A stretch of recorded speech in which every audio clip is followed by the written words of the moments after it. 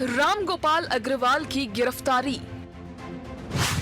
कांग्रेस का राजनीतिक प्रतिशोध का आरोप। जांच एजेंसियों के दुरुपयोग का दावा। जनता के बीच जाएगी कांग्रेस। रामगोपाल अग्रवाल के सरेंडर और गिरफ्तारी ने छत्तीसगढ़ की सियासत को गरमा दिया है। कांग्रेस ने एसीबी ईओडब्ल्यू की कार्रवाई को राजनीतिक बदले की भावना से प्रेरित बताया है। वहीं कांग्रेस का आरोप है कि पहले केंद्रीय एजेंसियां और अब राज्य की जांच एजेंसियों का इस्तेमाल विपक्षी नेताओं को दबाव में लेने के लिए किया जा रहा है। पार्टी का कहना है कि वे कानूनी लड़ाई भी लड़ेगी और जनता के बीच भी इस मुद्दे को लेकर आएगी। देखिए, रामगोपाल अग्रवाल जी पूर्व कोषाध्यक्ष रह चुके हैं। अभी वर्तमान में कोषाध्यक्ष की जिम्मेदारी हमारे प्रभारी महामंत्री वो देख रहे हैं। जांच तो पिछले 2.5 साल से चल रहा है। क्या हुआ उस जांच का?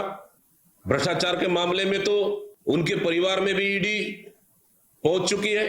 नकटी में ग्रामीणों को घर को तोड़ दिया गया है अपने नेताओं को फायदा पहुंचाने के लिए। इस बात को नहीं करेंगे वो। इसको लेकर कांग्रेस पार्टी लड़ रही है और आगे भी लड़ेगी।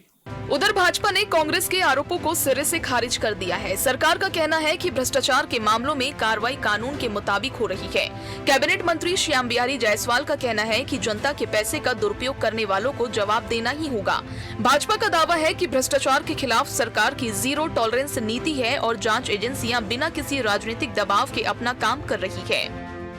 कम से कम कांग्रेस को ये समझना चाहिए कि इतने लंबे समय तक इनके नेता अगर राजनीतिक षड्यंत्र था तो फरार क्यों रहते, और इतना बड़ा कोल स्कैम जो हुआ है, या तो बोल दें कि स्कैम है ही नहीं है। और अगर भ्रष्टाचार करके किसी चीज को सरकार का क्षति करके सरकार और जनता के पैसा को गलत तरीके से अर्जित करके जो लाभ और धन अर्जित किया जाता है, ऐसे केसों को अगर सरकार या हमारी जांच एजेंसियां जांच करती तो इसको कांग्रेस को स्वागत करना चाहिए। प्रदेश की जनता का पैसा जनता के लिए उपयोग हो, गवर्नमेंट की योजनाओं के माध्यम से जनता तक जाए। और चूंकि ये लोकतांत्रिक देश है और लोकतंत्र में जनता सर्वोपरि है, और जनता का पैसा को इस प्रकार से गलत तरीके से कोई भी दुरुपयोग करेगा या गलत तरीके से उसको डाइवर्ट करेगा तो निश्चित रूप से एजेंसियां जांच करेंगी। भाई उनके बड़े पदाधिकारी हैं, कोषाध्यक्ष है, मास्टरमाइंड है, तो सवाल ही पैदा नहीं होता पेट में दर्द होगा कि बात बाहर मत आ जाए, उगल मत दें करके। तो बात उगलने के डर से उसको राजनीतिक रंग देना, ये सब एजेंसियां परेशान कर रही हैं, एजेंसियां ऐसा कर रही हैं। असली डर ये है कि रामगोपाल जी इधर उधर के बात सच्चाई को ना उगल दें। असली चीज इसमें ये है, बाकी तो ठीक है। रामगोपाल अग्रवाल की गिरफ्तारी अब सिर्फ एक कानूनी मामला नहीं रह गया है। ये सत्ता और विपक्ष के बीच बड़ा राजनीतिक मुद्दा बन चुका है। एक तरफ कांग्रेस राजनीतिक प्रतिशोध का आरोप लगा रही है, दूसरी ओर भाजपा इसे भ्रष्टाचार के खिलाफ निर्णायक कार्रवाई बता रही है। अब सबकी नजर जांच की दिशा और अदालत की प्रक्रिया पर रहेगी, क्योंकि अंतिम फैसला राजनीति नहीं कानून और सबूत तय करेंगे। Bureau report, TV 24।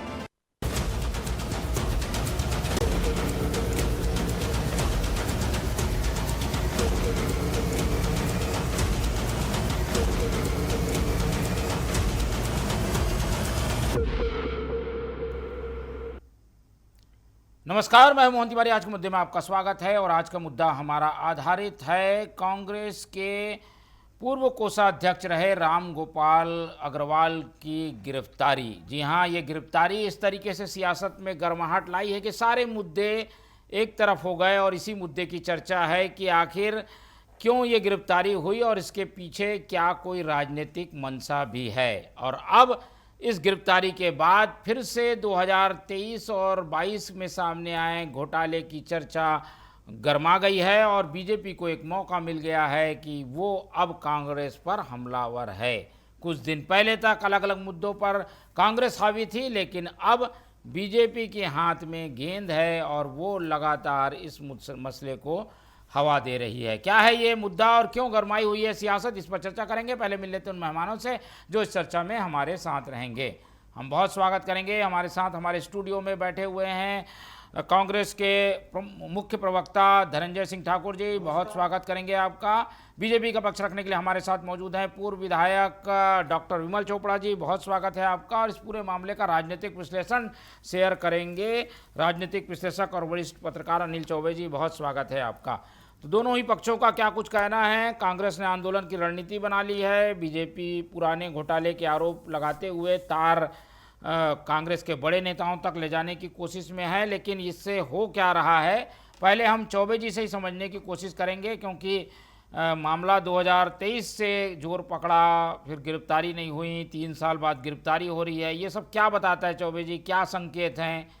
कुछ बीजेपी अपने पाले में चीज़ों को करना चाहती थी इसलिए हुई है ये गिरफ्तारी, या फिर इसके पीछे एक कानूनी वजह ये है जिसकी वजह से अब शिकंजा कसा गया है? कौन भाई, ये कई घोटालों से संबंधित मामला है। कोयला है, शराब है, रेत है, राखड़ है, और जहाँ तक वो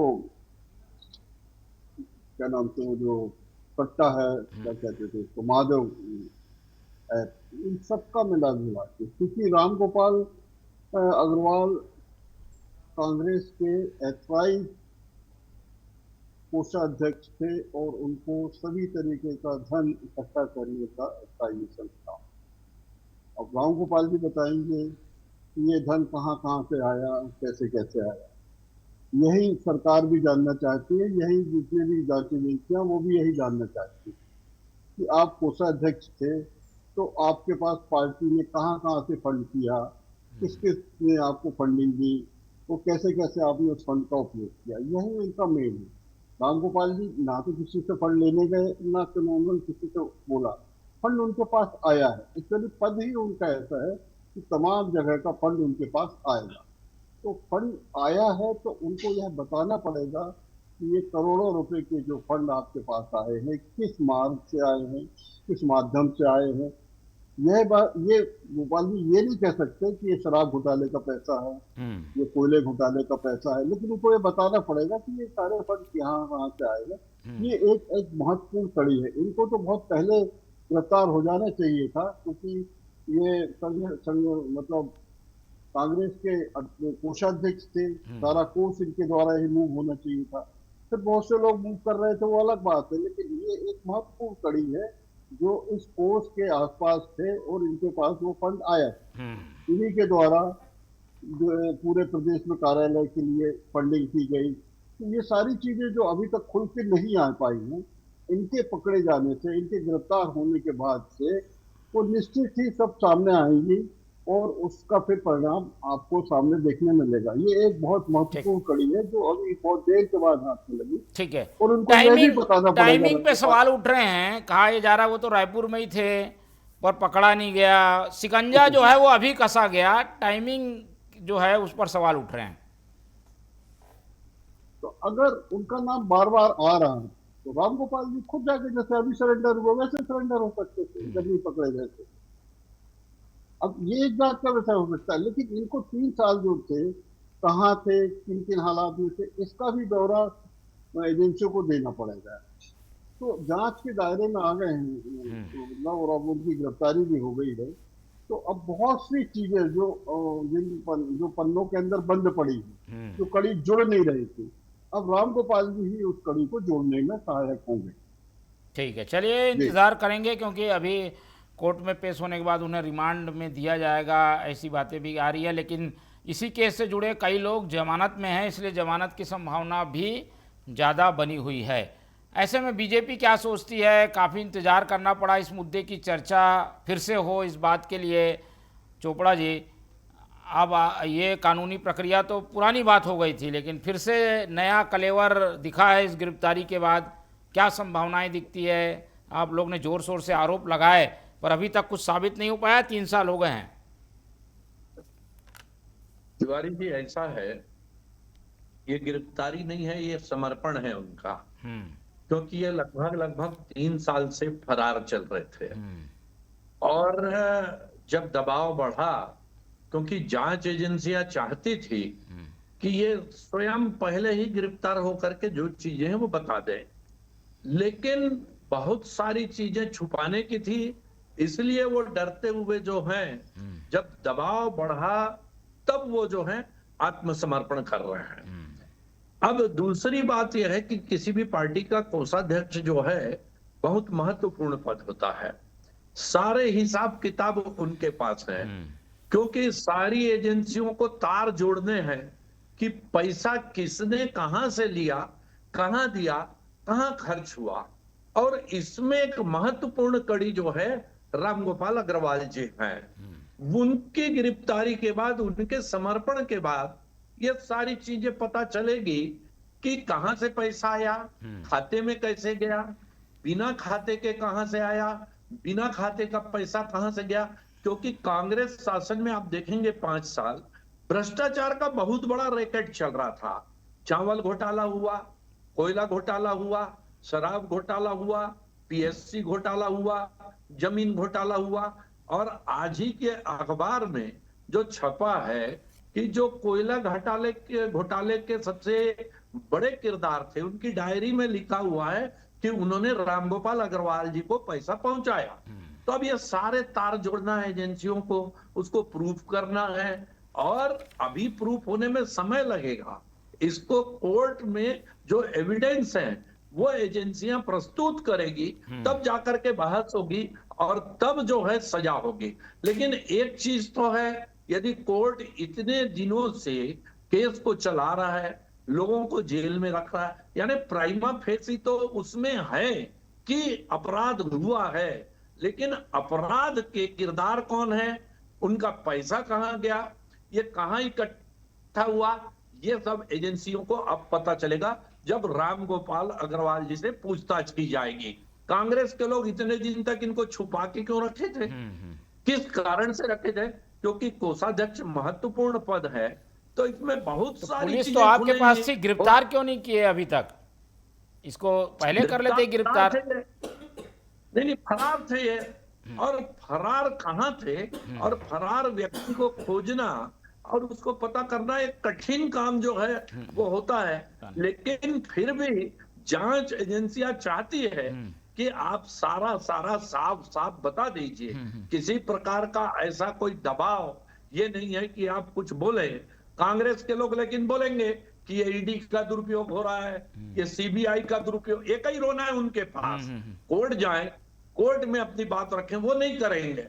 अभी जो है ये सिर्फ कांग्रेस के लोग रहेंगे कि हमको प्रताड़ित किया जा रहा है। अरे भैया, आप पहले समर्पण कर देते, सब चीज कर देते, सबके साथ सारी बात होती, तो आज तक आपको ये समय मिल जाता कि आप बताते कि हम निर्दोष हैं करके। लेकिन आप ही समय काट रहे हैं और समय बिताते हुए भारतीय जनता पार्टी पे आरोप लगा रहे हैं। ये तो बिल्कुल सरासर गलत है, और ये चीजें अब ठीक से सिद्ध होंगी कोर्ट में भी, और एजेंसियां भी करेंगी। लेकिन ये तो तय है कि इतने दिन लोग जेल में रहे, यानी प्राइमा फेसी रूप से कोर्ट भी मान रहा है कि अपराध घटित हुआ है और इसमें इनकी भूमिका है। तो इस प्रकार से जो है सारी चीजें सामने आएंगी, और बहुत महत्वपूर्ण व्यक्ति हैं रामगोपाल जी। शायद वो सच बता दें तो कांग्रेस के बहुत सारे लोग जो हैं वो आज जनता के बीच जो होंगे। ठीक है, अब सवालों के जवाब कांग्रेस को देना है। कांग्रेस क्या करने वाली है ये भी सुन लेते हैं। धनंजय जी, ये जो प्रकरण है वो तो गले की फांस आप लोग को 2023 के चुनाव में भी बना, अब ये गिरफ्तारी हो गई है, मुश्किलें और बढ़ेंगी कांग्रेस के लिए। कई सवाल हैं जो कि कोषाध्यक्ष, क्योंकि एक पार्टी का महत्वपूर्ण पद है और फंड एकत्र करना और ये सब भी जिम्मेदारी होती है, लेकिन ये सारी चीज़ें अगर घोटाले से जुड़ जाएं तो पूरी पार्टी ही कटघरे में खड़े हो जाएगी। ऐसे सवाल अब का सामना कांग्रेस को करना पड़ेगा। देखिए, सबसे बड़ी बात नरेंद्र मोदी जी के कहने से कोई घोटाला नहीं हो जाए। मुझे तो बड़ा शर्म आता है इस देश के सर्वोच्च व्यक्ति के ऊपर में, देश के प्रधानमंत्री हैं और कितना झूठ बोलते हैं। अगर प्रधानमंत्री जी कोई आरोप लगा रहे हैं तो उनके पास तथ्य होना चाहिए ना, और उनके पास तथ्य था शराब घोटाले का, कोयला घोटाले का, चावल घोटाले का। तो मुझे लगता है कि नरेंद्र मोदी जी को ईडी सीबीआई को अपने तथ्य दे देने चाहिए थे। ईडी सीबीआई को जांच करने में, तथ्य ढूंढने में मेहनत करने की जरूरत नहीं पड़ता। लेकिन चूंकि झूठ की कोई हाथ और पैर नहीं होता है, और जांच एजेंसी भी केंद्र की है, और आरोप भी नरेंद्र मोदी जी ने लगाया, तो ये तो इस देश के लिए बहुत शर्मनाक स्थिति है कि देश के सर्वोच्च पद पर बैठा व्यक्ति इतना झूठ बोलता है विपक्ष के खिलाफ, इतने षड्यंत्र रचते हैं, इतने प्रोगंडा करते हैं और जांच एजेंसियां उसके तथ्य को ढूंढती है। भाई विमल चोपड़ा आरोप लगाए, भाजपा के प्रवक्ता हैं, उनको तथ्य की आवश्यकता नहीं है, आरोप लगा सकते हैं, लेकिन प्रधानमंत्री पद एक जिम्मेदार पद होता है कि आप जो बात कह रहे हैं उसमें तथ्य होने चाहिए, उसका आधार होना चाहिए, तो ही आप बात करेंगे ना, हल्की बात नहीं होनी चाहिए। ठीक है, अभी जांच हो रही है लेकिन हाँ।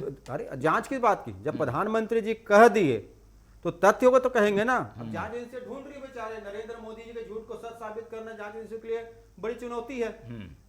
मैं इस बात के इसलिए कह रहा हूँ कि जिम्मेदार पद बैठे ना, कोई विष्णु साय जी उसमें प्रदेश अध्यक्ष होते हैं, अरुण साहू जी प्रदेश अध्यक्ष बोले होते, समझ में आता है। बोले तेजस के सर्वोच्च एजेंसी पद पे बैठे व्यक्ति है ना, भरोसा जनता उस पर करती है ना, पर उनके पास हवा हवाई बातें थी। दूसरी बड़ी बात, अभी पत्रकार महोदय भी कह रहे थे कि समर्पण पहले कर देना था, और विमल चोपड़ा जी जो भाजपा के प्रवक्ता वो भी कह रहे हैं कि समर्पण पहले कर देना था। मतलब दोनों के बयान से तो समझ में आ गया कि इस देश की जांच एजेंसियां कितनी निकम्मी और कितनी कमजोर है कि तथाकथित जो घोटाले का आरोप रामगोपाल अग्रवाल जी पर लगा है, तो 3 साल तक आप पकड़ नहीं पाए, खोज नहीं पाए, तो किस बात की जांच एजेंसी और किस बात के आपके ताकत है? तो जांच एजेंसियों को जो प्रमुख लोग हैं इनको हटा देना चाहिए पद से तत्काल। एजेंसियां पूरी निकम्मे साबित हो गई है, तथाकथित घोटाला है। और एक घोटाले की पटकथा रचने वाले नरेंद्र मोदी जी हैं, चुनाव में रचे थे और देश के प्रधानमंत्री हैं, तथ्य उनके पास भी नहीं है, बस आया राम गया राम, जो मुंह में आया बोल दिए। ऐसा नहीं होता है। नहीं, लेकिन जांच में सहयोग करना भी एक निष्पक्षता का प्रमाण है। सहयोग करते, जांच में शामिल होते। क्यों सहयोग करते? मैं आपको आरोप कोई लगा है तो जवाब देने आना चाहिए कि नहीं? क्यों आएंगे? जांच एजेंसियां क्या चना आलू छील रही है कि भारतीय जनता पार्टी के झंडा उठा घूम रही है या भारतीय जनता पार्टी के स्क्रिप्ट को बोल रही है? आप 3 साल से जांच कर रहे हो, क्या तथ्य प्रस्तुत किया आपने कोर्ट ने? यहां तक इस जांच एजेंसियों को माननीय न्यायालय ने फटकार लगा दिया है कि आप राजनीतिक दल के साथ गठबंधन की तरह काम ना करें, आपका काम निष्पक्ष जांच करना है, आरोपी को पकड़ना है, भ्रष्टाचार को उजागर करना है। लेकिन जांच एजेंसी की भूमिका संदिग्ध हो गई इस देश में, सिर्फ इसलिए कि भाजपा के लोग कहते हैं इसलिए आप जांच कर रहे हो। दूसरी बड़ी बात मैंने कहा ना, अभी तक हमने जांच एजेंसियों का फेस किया ना, जितने बार चाहे भूपेश बघेल जी को छापामार कार्रवाई हुआ हो, चाहे कवासी लखमा जी का हो, चाहे देवेंद्र यादव जी के, जिनके भी छापामार कार्रवाई मैंने फेस किए ना, न्यायालय गए ना, इस मामले में भी न्यायालय जाएंगे क्योंकि झूठ के हाथ पांव तो होते नहीं है। और सैया भय कोतवाल तो डर किस बात का? भैया नरेंद्र मोदी प्रधानमंत्री, जांच एजेंसियों के हाथ में हो तो किसी को उठा कर अंदर कर देंगे। अगर जांच एजेंसियां निष्पक्ष काम करती तो मुझे लगता है कि भारतीय जनता पार्टी के सरकार में जो वर्तमान में घोटाले हुए हैं, जो मंत्री हैं रजवाड़े जी, जिनके यहाँ साड़ी घोटाला हुआ, सामान खरीदी घोटाला हुआ और न जाने कितने प्रकार घोटाले हुए, पीडब्ल्यूडी मंत्री अरुण साहू जी का जो 91 लाख रुपए का गड़बड़ियां सामने आई, स्वास्थ्य मंत्री जी की यहाँ गड़बड़ियां सामने आई, शिक्षा मंत्री, ठीक तो माना जाता है कि जांच एजेंसियां निष्पक्ष काम करी, लेकिन इनको विपक्ष को टारगेट करना है। और इस देश का दुर्भाग्य है कि जिम्मेदार व्यक्ति झूठ बोलते हैं और जांच एजेंसियों के लिए मजबूरी उनके झूठ को सच साबित करना। ठीक है, चलिए इसकी शिकायत भी आप करिए, तो क्योंकि एक शिकायत की करने के बाद ही तो जांच होगी, तो इसकी शिकायत होगी तो जांच होगी। चौबे जी, क्या इस प्रकरण को इस लूप होल से भी देखा जाए कि आरोप लग गया है एजेंसियों पर, एजेंसियां सही ढंग से जांच नहीं करेंगी, पार्टी के प्रभाव में काम करती हैं, इस वजह से इस पूरे घोटाले में या फिर इस पूरे प्रकरण में केस कमजोर होता है क्या? मनोई पॉलिटिकल पार्टियां तो एक दूसरे पर इल्जाम लगाती हैं। कांग्रेस के वक्त अगर कोई इंक्वायरी होती तो भाजपा बोल देती है, भाजपा तो बोलती है सीबीआई होता है, इससे कोई लेना देना नहीं। तथ्य जो है, जो तथ्य उन्होंने कोर्ट में पेश किए, वो तथ्य क्या बोल रहे हैं, ये सबसे महत्वपूर्ण है। अब क्योंकि रामगोपाल अग्रवाल जो है कोषाध्यक्ष है, एक महत्वपूर्ण पद में है, कोष को इकट्ठा करना, डिस्ट्रीब्यूट करना, उसका हिसाब किताब रखना, ये उनकी नैतिक जिम्मेदारी है। और वो कोष किस तरीके से उनके पास आया, वही तो उनको बताना है वहां पर कि इस टाइप से आया, नहीं आया, गलत था, सही था, उसका उपयोग हमने यहाँ किया, वहाँ किया, उसके उसको डिटेल देना पड़ेंगे। जो पुराने बयान हो गए हैं, जो जिनके भी जो बेल पे घूम रहे हैं, जिनकी डायरियों में उसका नाम लिखा है, वो स्पष्ट कर देना पड़ेगा कि मेरा नाम डायरी में कैसे आया। तो ये एक बहुत महत्वपूर्ण व्यक्ति को बहुत दिनों के बाद, मतलब 3 साल के बाद अगर सरेंडर किया है, तो निश्चित ही इस केस में काफी चीजें ट्विस्ट होंगी। वो या तो काफी चीजें क्लियर हो जाएंगी या काफी चीजें खत्म हो जाएंगी। ठीक है। ये रहे स्थिति, ये बहुत महत्वपूर्ण व्यक्ति को उन्होंने बहुत दिन के बाद, अभी तो उनको ईडी भी रिमांड पे लेगी, सीबीआई भी रिमांड पे लेगी, क्योंकि वो तो लिंक है एक दूसरे से, तो अभी तो एएसडब्ल्यू ने किया है, तो ये अब इनका काफी लंबे समय तक इंट्रोगेशन चलने वाला है इनका। अब राम गोपाल जी कितने खड़े होंगे, कितने खड़े रहेंगे, ये तो उनके ऊपर डिपेंड है। 3 साल पे तो वो फरार थे, सारी चीजें उनके पास है, सारे उनके पास डॉक्यूमेंट है, उन्हीं का सत्यापन होना है कि ये इन्होंने डायरी में आपका नाम लिखा है, बताइए कैसे लिखा है, वो बताएंगे उसका। ठीक, की मैन है एक प्रकार से, इसलिए काफी हद तक जांच इसी पर निर्भर करेगी। तो चोपड़ा जी, लेकिन ये जो कांग्रेस इस तरीके की बात कहकर लोगों में एक मैसेज ये जा रहा है कि भाई ये टारगेट किया जा रहा है कांग्रेस को या फिर राम गोपाल जी को, टारगेट ओरिएंटेड राजनीति तो नहीं है ये? देखिए साहब, ऐसा है तिवारी जी, भारतीय जनता पार्टी शासन में है, ठीक है, कांग्रेस के लोगों को परेशान कर रही है। जहां कांग्रेस शासन में, वो भारतीय जनता पार्टी के लोगों को परेशान करे। अच्छी परंपरा है कि भ्रष्टाचार का जो भी सरकार बदलेगी वो पकड़े दूसरे को, क्या तकलीफ है उसमें? यदि कांग्रेस की जहां जहां सरकारें हैं वहां कांग्रेस के लोग भाजपा के लोगों को पकड़े ना। 5 साल आपकी सरकार थी, आपने बहुत हल्ला किया, नान घोटाला हुआ, झीरम घाटी हुआ, ये हुआ, हमारे जेब में सबूत है, हम सबूत ला करके देंगे, सरकार में आएंगे, लोगों को जेल में डालेंगे। क्या हुआ? एक 4 सीट तक आप भारतीय जनता पार्टी के नेताओं के विरुद्ध पेश नहीं कर पाए कोर्ट में। अब कहेंगे कांग्रेस के लोग वो कोर्ट चले गए, कोर्ट से स्टे हो गया, कोर्ट, अरे तो कोर्ट भी नहीं जाए। लोकतांत्रिक जो व्यवस्थाएं हैं उसको लेकर के हम काम कर रहे हैं। जब आप करोगे हम कोर्ट जाना है, हम कर रहे हैं तो आप कोर्ट जाइए, लेकिन 5 साल में आप एक चार्जशीट नहीं कर सके। और आज कांग्रेस के कितने नेता जेल में हैं ये मेरे को गिनाने की जरूरत नहीं है। अभी ठाकुर साहब बोल रहे थे क्यों सहयोग करेंगे, क्यों हम गिरफ्तारी देंगे। अरे क्यों आज क्यों आए फिर? जब सहयोग नहीं करना था तो आज क्यों समर्पण करने आ गए भैया आप वहां, क्या हम आ रहे हैं करके? अरे इसी को पहले कर देते, पहले बता देते जो चीज है वो। अब जांच एजेंसियों का दुरुपयोग, ये जांच एजेंसी ईडी किसने बनाया? कांग्रेस ने अपने जमाने में बनाया। ईवीएम किसने बनाया? कांग्रेस ने बनाया। लेकिन बनाएंगे खुद, चालू खुद करेंगे, और फिर बाद में गाली देंगे कि ये दुरुपयोग हो रहा है, ये ऐसा हो रहा है। भैया बनाने के पहले सारी चीजें आप सोच लिया करें कि आप कहां सरकार में हैं, कहां नहीं है। आपको जो काम करना करिए। कर्नाटक में आपकी सरकार है, तेलंगाना में आपकी सरकार है, कर्नाटक में इसके पहले बीजेपी की सरकार थी। करिए, खोजिए भ्रष्टाचार और डालिए जेल में जिन लोगों ने किया है। लेकिन हमारे यहाँ भ्रष्टाचार नहीं हुआ है तो आप जेल में कहां डालेंगे? आपके नेता जो है राष्ट्रीय स्तर पे नेशनल हेराल्ड में जमानत पे हैं आज, और कई सारे कांग्रेस के बड़े बड़े नेता जमानत पे हैं आज। आप भी मौका लीजिए, बढ़िया है। मैं तो कहता हूं दोनों दल लड़े और जहां जहां सरकार है भ्रष्टाचारियों को जेल में डाले, दोनों का चलते रहेगा, भ्रष्टाचार बंद हो जाएगा। कि कब उनकी सरकार आए हम पकड़े जाएंगे, कभी नहीं किया है हम पकड़े जाएंगे। तो ये इस प्रकार से जो है, आप कम से कम बहाना मत कीजिए। जो चल रहा है, जांच चल रही है, उस जांच को चलने दीजिए, जांच में सहयोग कीजिए कि देखिए हम आ रहे हैं, जांच में सहयोग करेंगे। और इतने बड़े बड़े घोटाले हुए हैं, मैं बोलने की जरूरत नहीं, हम बच्चा जानता है कि शराब की 2 दुकानें चल रही थी, एक सरकारी और एक कांग्रेस की अलग से चल रही थी। और ये पीएससी में क्या हुआ है ये बताने की जरूरत नहीं है कि किस प्रकार का घोटाला हुआ, ये चावल में कैसा हुआ, कोयला में क्या हुआ, ये सब बताने की जरूरत नहीं है। अब ये कहीं जो अब इससे निकलेंगे कैसे? चलिए, केवल ये बोलकर आप लोग बच नहीं सकते कि ये एजेंसियां गलत तरीके से जांच कर रही है। ये सिस्टम है और सिस्टम में यही एजेंसी जांच करेगी, कोर्ट में पेश करेगी, कोर्ट इसी के आधार पर फैसला लेगा। कांग्रेस के पास क्या रास्ता बचता है? कांग्रेस इस पूरे जाल से कैसे निकलेगी? देखिए, सबसे पहले तो मैं विमल चोपड़ा जी को धन्यवाद दूंगा कि उन्होंने अप्रत्यक्ष तौर पर भाजपा सरकारों में हो रहे भ्रष्टाचार को स्वीकार किया और जांच करके जेल में डालने की बात की। निश्चित तौर पर कांग्रेस की सरकार बनेगी तो विमल चोपड़ा जी की जो बातें हैं उस पर कांग्रेस सरकार अमल करेगी। और इन्होंने नान घोटाले का जिक्र किया, सुन लीजिए विमल जी, सुन लीजिए, 5 साल करना था, सुन लीजिए ना। अरे विमल जी सुन लीजिए ना, आपकी बात को मैं स्वीकार कर लिया। आपने प्रत्यक्ष तौर पर स्वीकार किया कि विष्णु साय जी भ्रष्ट है, आपने अप्रत्यक्ष पर स्वीकार किया श्याम बिहारी जायसवाल जी भ्रष्ट है, आपने अप्रत्यक्ष तौर पर स्वीकार किया कि आपके महिला बाल विकास मंत्री भ्रष्ट है, आपने स्वीकार किया कि मोहन अग्रवाल भ्रष्ट है। सुन लीजिए ना, मेरे सुन तो लीजिए ना, सुन लीजिए ना, तिलमिला क्यों रहे?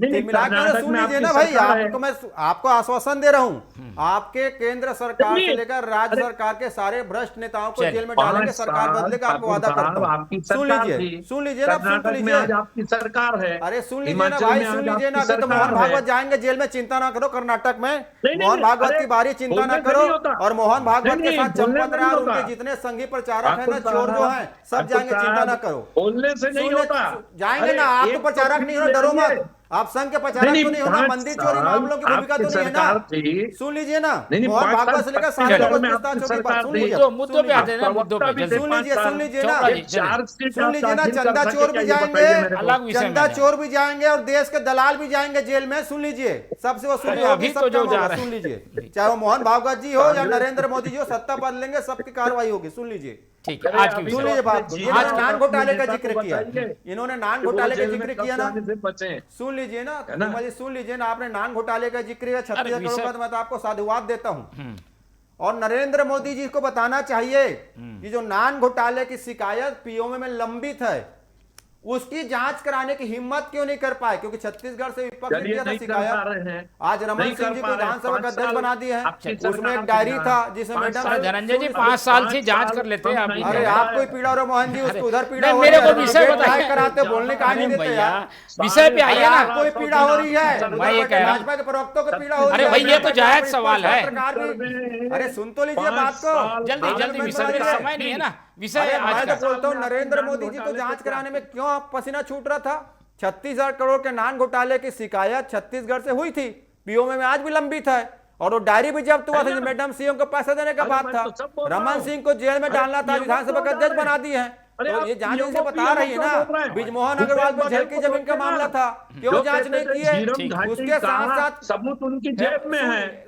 वो जेब देखिए, कहाँ चिल्लाने है? लग गए, मैं वास्तव में चोरों जेब की कट पोल गई खोला है। तो वो यहाँ पे वो जेब बैठ के कट चिल्लाने गई लग है। गए, चोरों की अरे, पोल खोलने जेब लग गया, में चिल्लाने सबूत लग गया। अभी था। तो चंदा चोरी का हीरम मामला है, घाटी का। उसमें भी लोग कह रहे हैं कि और नरेंद्र मोदी ने सरकार उद्घाटन किया, सबूत नरेंद्र मोदी ने गायब हो शिलान्यास गया। किया था, चोरी भी उनके आपके साथ है, पास नान ये घोटाले नैतिक के जवाबदेही है। सबूत तो जांच तो होना 5 चाहिए साल ना, आपने तभी क्या समझ में किया? आएगा कि नरेंद्र ईडीसी मोदी निष्पक्ष ने काम नहीं कर रही किया। है। चलिए, तो चंदा लेकिन चोर, आपने क्या चावल किया? चोर, पहले जमीन आपको तो चोर, चलिए। जंगल चोर, कोयला समय- चोर, विदेश का धन चोर, जो ठीक है। आरएसएस, उसको बचाएंगे नरेंद्र मोदी जी, ठीक है। क्योंकि नरेंद्र मोदी जी की आगे पूरी बात पार्टी चोर है। बिल्कुल। चलिए, कैसे अभी बात करेंगे आप? समय की पाबंदी है, हम लेकिन उम्मीद ये यही रखते हैं कि सच्चाई सामने आनी चाहिए, और इस एजेंसी पर अगर भरोसा नहीं है तो दूसरे एजेंसी के जरिए जांच के लिए प्रयास होने चाहिए। लेकिन अभी स्थिति ये है कि रामगोपाल अग्रवाल पर कसे शिकंजे की वजह से सियासत गरमाई हुई है। चर्चा के लिए समय इतना ही है, इसलिए चर्चा यहीं खत्म करते हैं। धनंजय जी हमारे साथ जुड़े, उनका धन्यवाद। विमल चोपड़ा जी ने समय दिया, उनका धन्यवाद। अनिल चौबे जी हमारे साथ बने रहे, उनका बहुत बहुत धन्यवाद। तीनों मेहमानों को धन्यवाद कहते हुए आज की चर्चा यहीं खत्म करते हैं, और आप लोग से रखते हैं उम्मीद कि आप लोग देखते रहेंगे T24। रखें अपना बहुत ख्याल। नमस्कार।